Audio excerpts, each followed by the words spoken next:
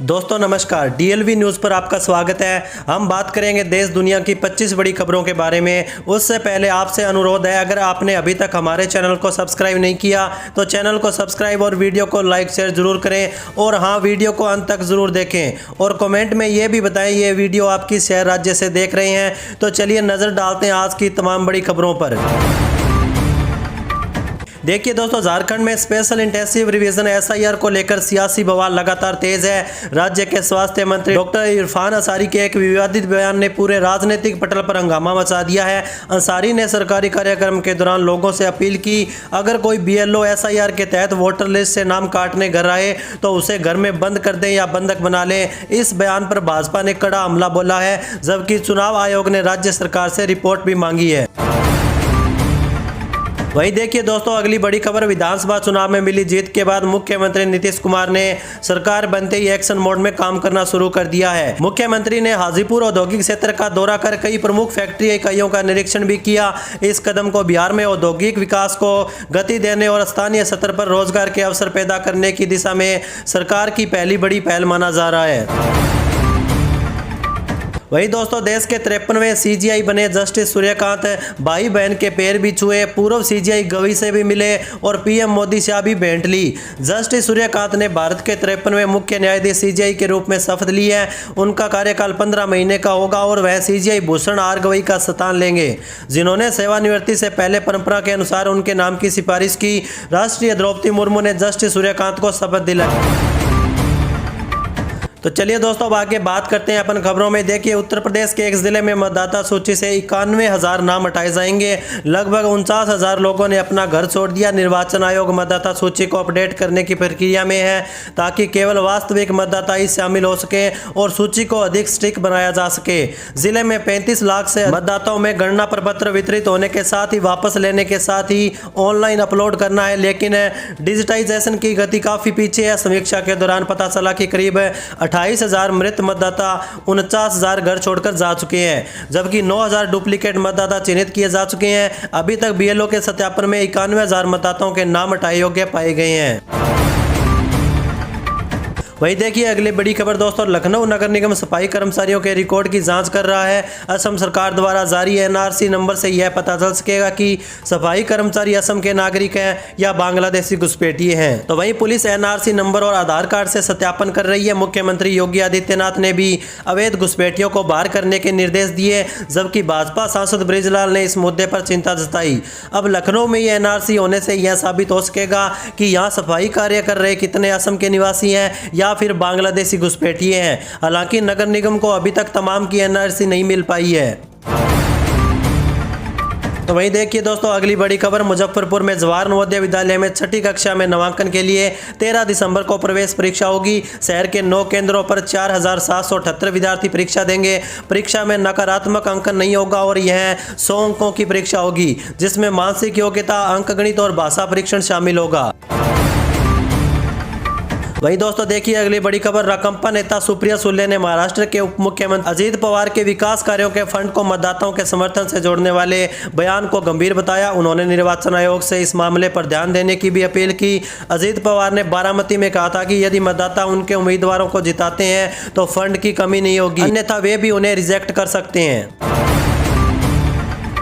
तो चलिए दोस्तों आगे बढ़ते हैं अपन खबरों में। पाकिस्तान के पेशावर में फ्रंटियर कांस्टेबलरी मुख्यालय पर आत्मघाती हमला हुआ, जिसमें 6 लोगों की मौत हो चुकी है। हमलावरों ने मुख्यालय में घुसने की कोशिश की, लेकिन सुरक्षा बलों ने उन्हें मार गिराया। प्रधानमंत्री और राष्ट्रपति ने हमले की निंदा भी की। अफगानिस्तान में तालिबान के सत्ता में आने के बाद से पाकिस्तान में आतंकवादी हमले बढ़ चुके हैं।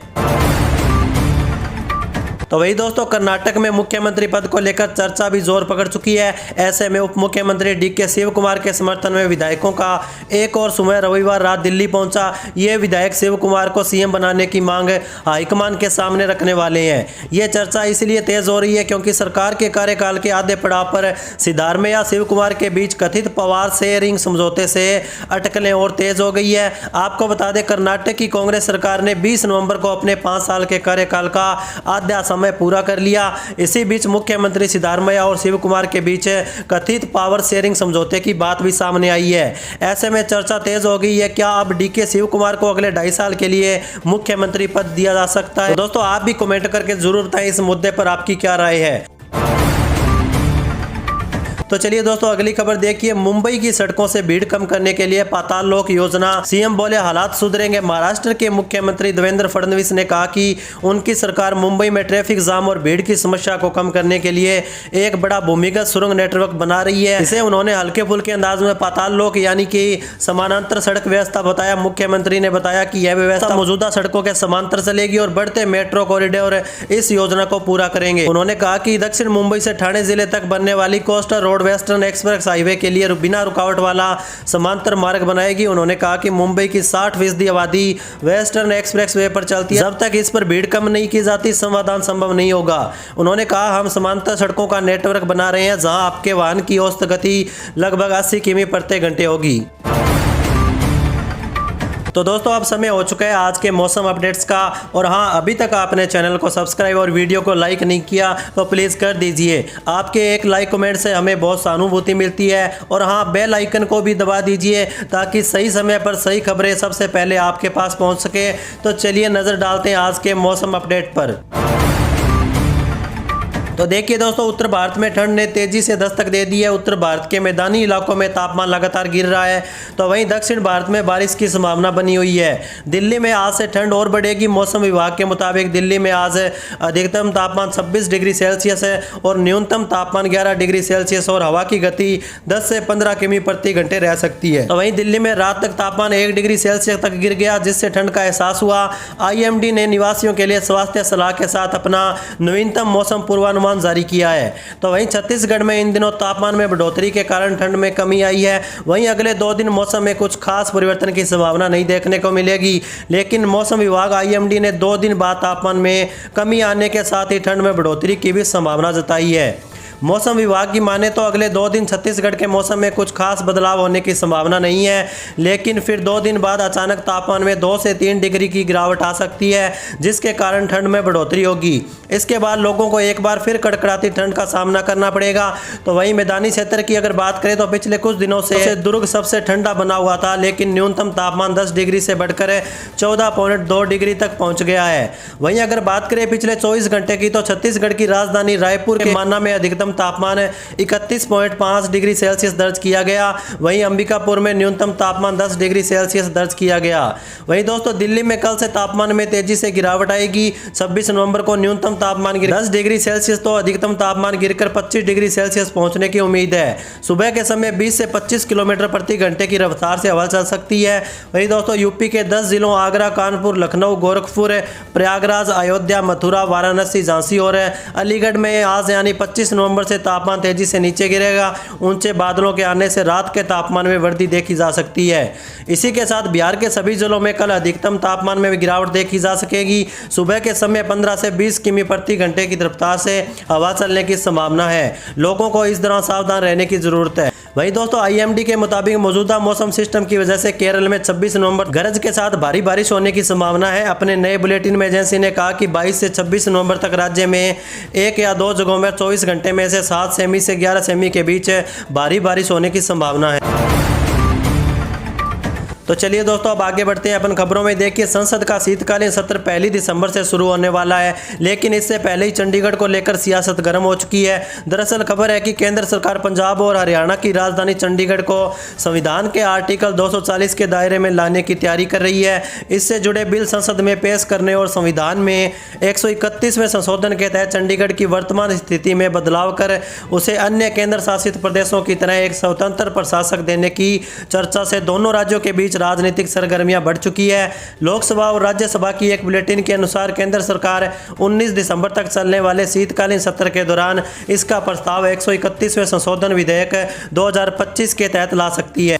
प्रस्तावित विधेयक का उद्देश्य चंडीगढ़ को लक्षद्वीप, अंडमान निकोबार द्वीप समूह, दादरा और नगर हवेली, दमन और दीव जैसे विधायिका रहित अन्य केंद्र शासित प्रदेशों के अनुरूप भारत के संविधान के अनुच्छेद 239 की जगह अनुच्छेद 240 में शामिल करना है। इससे चंडीगढ़ में एक स्वतंत्र प्रशासक का मार्ग प्रशस्त होगा।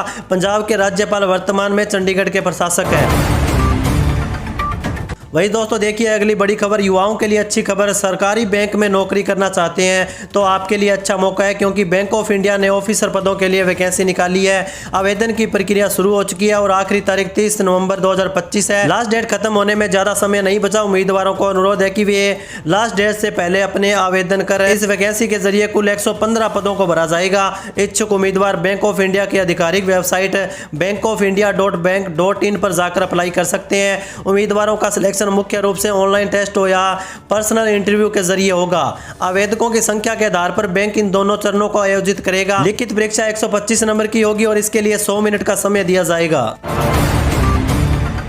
तो वही दोस्तों देखिए एक बड़े दुख की खबर, तमिलनाडु के तेनकासी जिले में 2 निजी बसों की भीषण टक्कर में 6 लोगों की मौत हो गई और 28 लोग घायल हो चुके हैं। शुरुआती जांच में हादसे की वजह तेज रफ्तार और ड्राइवर की लापरवाही बताई जा रही है। घायलों को अस्पताल में भर्ती कराया गया, जिनमें से कुछ की हालत गंभीर है, जिससे मृतकों की संख्या बढ़ने की आशंका है। तो चलिए दोस्तों अब आज के सोना चांदी के प्राइस पर नजर डालते हैं। भारत में आज 10 ग्राम 24 कैरेट सोने का भाव लगभग 1,23,054 रुपये है, जबकि 10 ग्राम 22 कैरेट सोने का भाव लगभग 1,12,800 रुपये है। सोने के दाम में थोड़ी गिरावट आई है, जो 22 कैरेट सोने की कीमतों में 10 रुपये प्रति 10 ग्राम की कमी और 24 कैरेट सोने की कीमतों में 100 प्रति 100 ग्राम की कमी के रूप में देखी गई। तो वहीं चांदी की कीमत लगभग 161 रुपये प्रति ग्राम या 1,67,942 प्रति किलोग्राम है। वहीं दोस्तों देखिए अगली बड़ी खबर, पुरानी गाड़ियों का फिटनेस टेस्ट अब 10 गुना तक महंगा हो गया है। Ministry of road transport and highways ने देश में वाहन फिटनेस सर्टिफिकेट टेस्ट की फीस बढ़ा दी है। यह बदलाव सेंट्रल मोटर व्हीकल रूल्स के तहत लागू कर दिए गए हैं। नियम के तहत अब 20 साल पुरानी कारों का फिटनेस सर्टिफिकेट बनवाने के लिए 15,000 रुपये, बाइक के लिए 2,000 रुपये और हैवी कमर्शियल व्हीकल के लिए 25,000 रुपये देने पड़ेंगे। इसके अलावा गाड़ियों के लिए फिटनेस सर्टिफिकेट 10 साल में लेना होगा, जो पहले 15 साल पुरानी गाड़ियों के लिए अनिवार्य था। नई व्यवस्था में गाड़ियों को उम्र के हिसाब से 3 अलग अलग कैटेगरी में बांटा गया है, 10 साल से 15 साल और 15 साल से 20 साल और 20 साल से अधिक पुरानी गाड़ियां। यानी जैसे जैसे गाड़ी की उम्र बढ़ेगी वैसे वैसे फिटनेस टेस्ट का खर्च भी बढ़ेगा। सबसे ज़्यादा असर 20 साल से पुरानी कमर्शियल गाड़ियों पर पड़ा है, क्योंकि उन पर फीस 10 गुना तक बढ़ गई है। मंत्रालय का कहना है कि ये बदलाव पुरानी गाड़ियों की सेफ्टी और पर्यावरण को स्टैंडर्ड बनाने रखने के लिए ज़रूरी थे।